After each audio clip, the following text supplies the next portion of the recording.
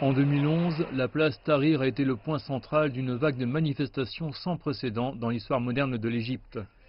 Des dizaines de milliers d'Égyptiens sont descendus dans les rues pour demander un changement. La plupart d'entre eux étaient jeunes.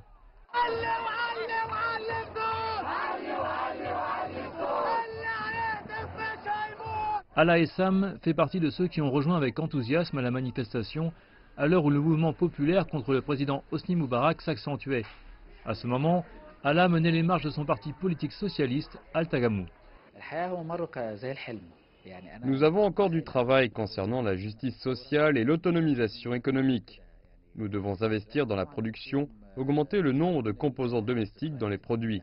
Nous devons éloigner l'Égypte de la dépendance vis-à-vis du pouvoir d'un seul homme et la rapprocher d'un État avec des institutions. Nous devons avoir des entités fortes, législatives, judiciaires et civiles, qui dirigeront le pays.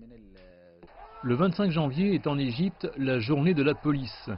Il commémore les 50 policiers morts en 1952 après avoir refusé de jeter les armes face à l'armée britannique.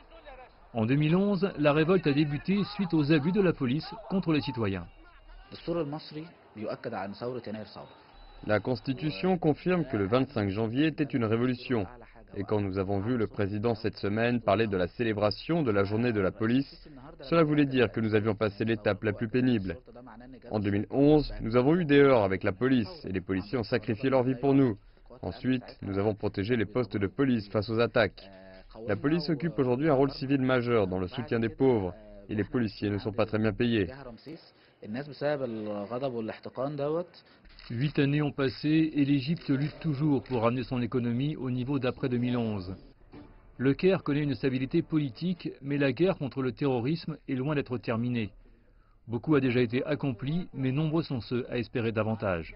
La jeunesse qui a provoqué la révolte de janvier est depuis divisée. Beaucoup ont été emprisonnés et continuent à manifester leur opposition. D'autres, peu nombreux, comme Alaa, sont toujours engagés politiquement et certains sont allés jusqu'à rejoindre le Parlement pour ériger le futur du pays.